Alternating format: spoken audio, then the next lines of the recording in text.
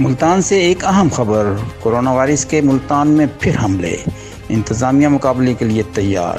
Deputy commissioner Multan عامر خٹک کی ہدایت پر corona virus کے مریض سامنے آنے پر ملتان کی 6 آبادیوں کو جزوی طور پر لاک ڈاؤن کر دیا گیا ہے۔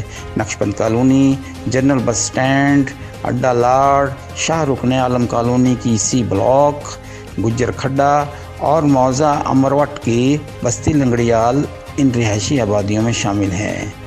جزوی لاک ڈاؤن کا اطلاق 14 دن کے لیے رہے گا۔ ان رہائشی آبادیوں کے مکینوں کی اسکریننگ کی جائے گی اور کورونا ٹیسٹ میں پازیٹیو آنے والوں کو قرنطینہ کر دیا جائے گا۔ پورے ایریا کی ڈس انفیکشن بھی ہوگی۔ ان علاقوں کے داخلی اور خارجی راستوں پر پولیس تعینات کر دی گئی ہے۔ دوسری جانب 14 روز پہلے لاک ڈاؤن ہونے والے جینا ٹاؤن کا جزوی لاک ڈاؤن ختم کر دیا گیا ہے۔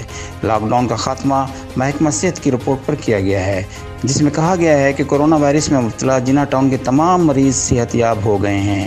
محکمہ صحت کی رپورٹ کے مطابق جینا ٹاؤن ملتان میں اس وقت کورونا وائرس کا کوئی بھی مشتبہ مریض نہیں ہے۔